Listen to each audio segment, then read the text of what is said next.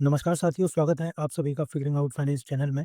अगर आप banking, insurance या किसी भी रेगुलेटरी इंटरव्यू की प्रिपरेशन कर रहे हैं, तो इस वीडियो को बिल्कुल एंड तक ज़रूर देखिएगा। हो सकता है आज का कोई एक क्वेश्चन या उसका आंसर ही आपके इंटरव्यू पैनल में पूछ लिया जाए, इसलिए एक भी क्वेश्चन आप मिस मत कीजिएगा। इस बैंकिंग इंटरव्यू मास्टर सीरीज़ में हम previous year interview question, expected question, banking awareness और पैनल रेडी आंसर कवर करेंगे, ताकि आप इंटरव्यू में कॉन्फिडेंस के साथ परफॉर्म कर सकें। इन वीडियो को देखने के बाद आपका काफ़ी टाइम बच जाएगा, क्योंकि आपको अलग-अलग सोर्सेज़ से प्रिपरेशन करने की ज़रूरत नहीं पड़ेगी। आप फ़ोकस्ड और स्मार्ट प्रिपरेशन कर पाएँगे। ये सीरीज़ सिर्फ़ इंटरव्यू तक ही लिमिटेड नहीं है। यहाँ कवर किए गए कंसेप्ट आपको मेंस एग्ज़ामिनेशन में भी काम आएँगे, और सिलेक्शन के बाद जब ट्रेनिंग जॉइन करेंगे, तब भी ये नॉलेज आपके लिए बहुत यूज़फुल रहेगी। इसलिए अगर आप बैंकिंग इंटरव्यू की कंप्लीट प्रिपरेशन एक ही जगह से करना चाहते हैं, तो ये बैंकिंग इंटरव्यू मास्टर सीरीज़ आपके लिए एक वन स्टॉप सॉल्यूशन है। दोस्तों, ये है सेट नंबर 26। अगर आपने अब तक इसके बाकी के सेट नहीं देखे हैं, तो आप इनको ज़रूर देखिएगा। दोस्तों, इस सेट में मैंने जो क्वेश्चन लिए हैं, वो लीडरशिप ट्रांजिशन पे है। यानी जब आप क्लर्क में होते हैं, तो आपकी रोल्स और रिस्पॉन्सिबिलिटी क्या होती है, और जब आप ऑफिसर बन जाते हैं, तो आपकी रोल्स और रिस्पॉन्सिबिलिटी क्या होती है। उसी से रिलेटेड पैनल आपसे क्वेश्चन पूछ सकता है। दोस्तों, इन क्वेश्चन के आंसर मैंने इस तरीके से डिज़ाइन किए हैं, जब आप पैनल के सामने इन आंसर को देंगे, तो उसका एक अलग ही इम्पैक्ट पड़ेगा। देखिए दोस्तों, हमें आता सब कुछ है, हमको डेफ़िनेशन भी पता है, बट कभी-कभी क्या होता है, जब हम पैनल के सामने बैठते हैं ना, तो हमें कुछ चीज़ें याद नहीं आती हैं, कैसे हम चीज़ों को एक्सप्लेन करें। मेरी ये इंटरव्यू मास्टर सीरीज़ इसी चीज़ में आपको हेल्प करेगी। इन वीडियोज़ में मैं आपको ये बताऊँगा कि आपको पैनल के सामने एक इफ़ेक्टिव आंसर कैसे देना है। और दोस्तों, जो भी मैं आंसर इसमें बता रहा हूँ, आप उसको मॉडिफ़ाई कर सकते हैं अपने हिसाब से, लेकिन ध्यान रहे उसका कॉन्टेक्स्ट चेंज नहीं होना चाहिए। और दोस्तों, जब मैं आपको क्वेश्चन दिखाऊँ, उससे पहले आप एक बार उसका आंसर देने की प्रैक्टिस करें। मैं 3 से 5 सेकंड का पॉज़ लूँगा, उस बीच में आप वीडियो को पॉज़ कीजिएगा और एक आंसर देने की प्रैक्टिस कीजिएगा। उसके बाद मेरा आंसर आप सुनिएगा। तो चलिए शुरू करते हैं आज का वीडियो। आज का पहला क्वेश्चन है, as an officer you may have to supervise staff who are older and more experienced than you. How will you manage that situation? चलिए देखते हैं पैनल को एक अच्छा आंसर कैसे दें। सर, मैं इस सिचुएशन को रिस्पेक्ट के साथ हैंडल करूँगा। मेरे लिए एज और एक्सपीरियंस बहुत वैल्यूएबल है, इसीलिए मैं कभी भी अपनी पोस्ट पर प्राउड फ़ील करके किसी को अंडर एस्टिमेट नहीं करूँगा। सबसे पहले मैं अपने सीनियर कलीग की बात ध्यान से सुनूँगा और उनके प्रैक्टिकल एक्सपीरियंस से सीखूँगा, क्योंकि उन्हें ब्रांच और कस्टमर की ग्राउंड रियलिटी मुझसे ज़्यादा अच्छी तरह पता होती है। मैं उन्हें एल्डर्स की तरह रिस्पेक्ट दूँगा और उनकी एडवाइस को इम्पोर्टेंस दूँगा। साथ ही एक ऑफिसर होने के नाते मेरी अपनी ड्यूटीज़ और रिस्पॉन्सिबिलिटीज़ भी हैं, इसीलिए जब भी मुझे इंस्ट्रक्शन देनी होगी, मैं हमेशा पोलाइटली और क्लियरली कम्युनिकेट करूँगा और हर डिसीजन के पीछे रीज़न भी एक्सप्लेन करूँगा। मेरा मानना है कि लीडरशिप एज से नहीं, बल्कि टीम वर्क और ट्रस्ट से बनती है। अगर मैं अपने टीम मेंबर को रिस्पेक्ट दूंगा, तो वो भी मुझे सपोर्ट करेंगे। इस तरह हम सब एक फैमिली की तरह मिलकर काम करेंगे और ब्रांच के गोल्स को स्मूथली अचीव करेंगे। नेक्स्ट क्वेश्चन है, you have worked as a clerk, tell me what is the biggest mindset shift needed when you move from clerk to officer? चलिए देखते हैं पैनल को एक अच्छा आंसर कैसे दें। सर, क्लर्क के रूप में मेरा मेन फोकस ये था कि जो काम मुझे दिया गया है, उसे सही तरीके से और टाइम पर कंप्लीट करूँ। मैं प्रोसेस को प्रॉपर्ली फॉलो करता था, लेकिन ऑफिसर के रोल में सबसे बड़ा माइंडसेट शिफ्ट ये है कि मुझे सिर्फ काम करने से आगे बढ़कर उसकी पूरी रिस्पॉन्सिबिलिटी लेनी होती है। ऑफिसर सिर्फ टास्क कंप्लीट नहीं करता, बल्कि डिसीजन लेता है, ब्रांच की ग्रोथ के बारे में सोचता है और फाइनल रिजल्ट की रिस्पॉन्सिबिलिटी भी लेता है। एक क्लर्क का फोकस होता है, क्या मेरा काम कंप्लीट हो गया, जबकि एक ऑफिसर का फोकस होता है, क्या कस्टमर सैटिस्फाइड है और क्या ब्रांच सेफ और कंप्लायंट है। ऑफिसर के रूप में मुझे टारगेट, रिस्क और अपनी टीम तीनों को साथ लेकर चलना होता है। साथ ही मुझे अपने जूनियर स्टाफ के लिए एक रोल मॉडल भी बनना होता है। इसलिए मेरे हिसाब से सबसे बड़ा माइंडसेट सिर्फ ये इंस्ट्रक्शन फॉलो करने से ओनरशिप लेना, लोगों को लीड करना और सिर्फ अपनी डेस्क नहीं, बल्कि पूरे ब्रांच के पर्सपेक्टिव से सोचना। नेक्स्ट क्वेश्चन है, as a clerk you followed instruction, as an officer you will be the one taking decision. How will you handle this shift? चलिए देखते हैं पैनल को एक अच्छा आंसर कैसे दें। सर, अपने प्रेजेंट रोल में मैंने हमेशा अपने सीनियर्स के डिसीजन को ध्यान से एग्जीक्यूट किया है। इससे मुझे एक बहुत बड़ा एडवांटेज मिला है। मैंने बहुत क्लोज़ली देखा है कि डिसीज़न कैसे लिए जाते हैं, क्यों लिए जाते हैं और अगर डिसीज़न सही या गलत हो, तो उसका ग्राउंड लेवल पर क्या इम्पैक्ट पड़ता है।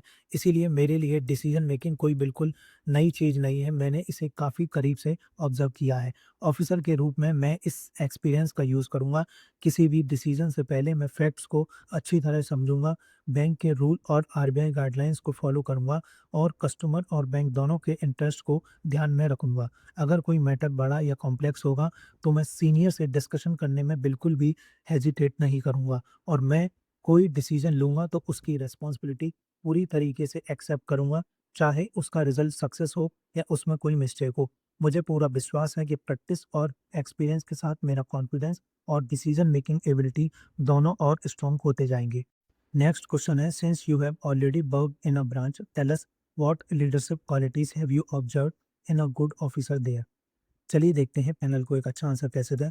सर, ब्रांच में काम करते हुए मैंने सिर्फ काम ही नहीं बल्कि अच्छे ऑफिसर को क्लोजली ऑब्जर्व करके भी बहुत कुछ सीखा है। सबसे पहली मेरी क्वालिटी जो मैंने नोटिस की वो है कामनेस। चाहे ब्रांच में बहुत ज़्यादा रश हो या सिस्टम फेलियर हो जाए, वो हमेशा शांत रहते हैं और पैनिक नहीं करते। इससे पूरा स्टाफ भी रिलैक्स रहता है। दूसरी क्वालिटी है लीडिंग बाय एग्जांपल। वो टाइम पर ब्रांच आते हैं, रूल्स को ऑनेस्टली फॉलो करते हैं और स्टाफ से कभी भी वो काम नहीं करवाते जो वो खुद करने से बचते हों। तीसरी क्वालिटी है लिसनिंग।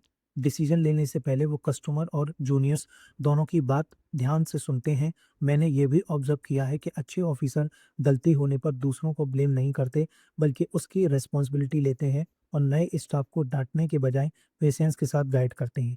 सबसे इम्पोर्टेंट बात, वो टारगेट्स और फेयरनेस के बीच एक अच्छा बैलेंस बनाकर चलते हैं।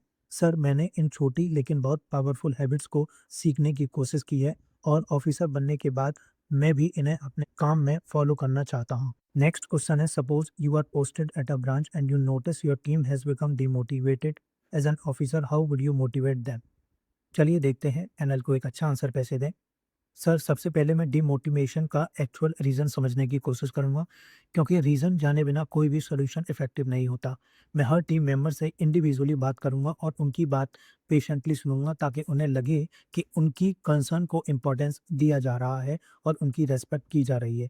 कभी-कभी हेवी वर्कलोड की वजह से भी मोटिवेशन कम हो जाता है।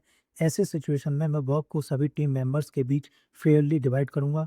मैं अच्छे काम की ओपनली एप्रिसिएशन भी करूँगा, चाहे एफर्ट छोटा ही क्यों ना हो, क्योंकि जेन्युइन एप्रिसिएशन टीम को मोटिवेट करती है और उनका कॉन्फिडेंस बढ़ाती है।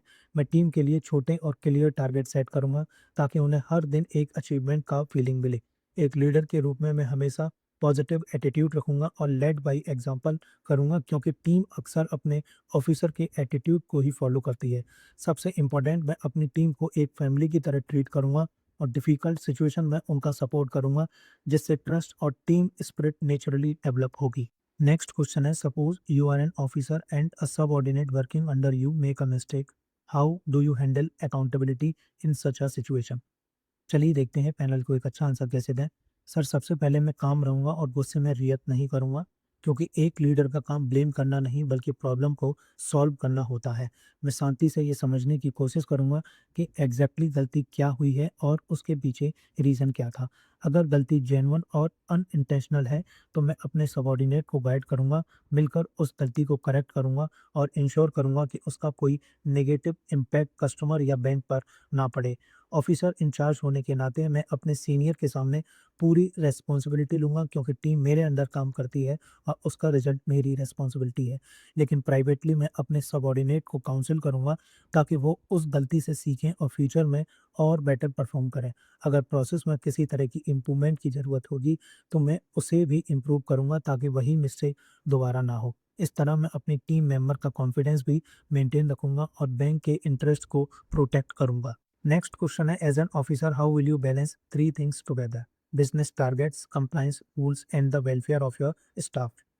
चलिए देखते हैं पैनल को एक अच्छा आंसर कैसे दें। सर, मेरे हिसाब से ये तीनों एक दूसरे के अपोजिट नहीं है।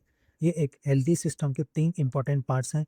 बिजनेस टारगेट्स हमें डायरेक्शन देते हैं, कंप्लायंस हमें सेफ रखता है और स्टाफ वेलफेयर टीम को अच्छा परफॉर्म करने की एनर्जी देता है। मेरी पहली प्रायोरिटी ये होगी कि टारगेट्स अचीव करने के लिए कभी भी कंप्लायंस से कॉम्प्रोमाइज़ ना किया जाए, क्योंकि रूल्स तोड़कर अचीव किया गया टारगेट सक्सेस नहीं बल्कि लॉस माना जाता है। टारगेट अचीव करने के लिए मैं पहले से प्रॉपर प्लानिंग करूँगा, हर टीम मेंबर की स्ट्रेंथ के हिसाब से रिस्पॉन्सिबिलिटीज़ डिवाइड करूँगा और सिर्फ प्रेशर देने के बजाय टीम को गाइड और सपोर्ट करूँगा। स्टाफ वेलफेयर के लिए मैं उनकी प्रॉब्लम ध्यान से सुनूँगा, बिजी टाइम में वर्कलोड शेयर करूँगा और अच्छे काम की एप्रिसिएशन भी करूँगा। जब एम्प्लॉइज़ को रिस्पेक्ट और सपोर्ट मिलता है तो वो नेचुरली अपना बेस्ट देने की कोशिश करते हैं। इस तरह बिज़नेस टारगेट्स भी ऑनेस्टली अचीव होते हैं, कंप्लायंस भी मेंटेन रहता है और पूरी टीम मोटिवेटेड रहती है। मेरे लिए बैलेंस का मतलब किसी एक चीज़ को चूज़ करना नहीं, बल्कि अच्छी प्लानिंग और फेयरनेस के साथ तीनों को एक साथ लेकर चलना है। नेक्स्ट क्वेश्चन है, suppose you get promoted as an officer, how will you give instruction to a colleague who was your senior just yesterday? चलिए देखते हैं पैनल को एक अच्छा आंसर कैसे दें। सर, मैं इस सिचुएशन को रेस्पेक्ट के साथ हैंडल करूँगा। मेरी प्रमोशन सिर्फ मेरा रोल चेंज करती है, हमारा रिलेशनशिप नहीं। चाहे अब मैं ऑफिसर हूँ, लेकिन मेरे कलीग का एक्सपीरियंस मुझसे ज़्यादा है और मैं हमेशा उस एक्सपीरियंस की वैल्यू करूँगा। जब भी मुझे कोई इंस्ट्रक्शन देना होगा, मैं उसे पोलाइटली दूँगा।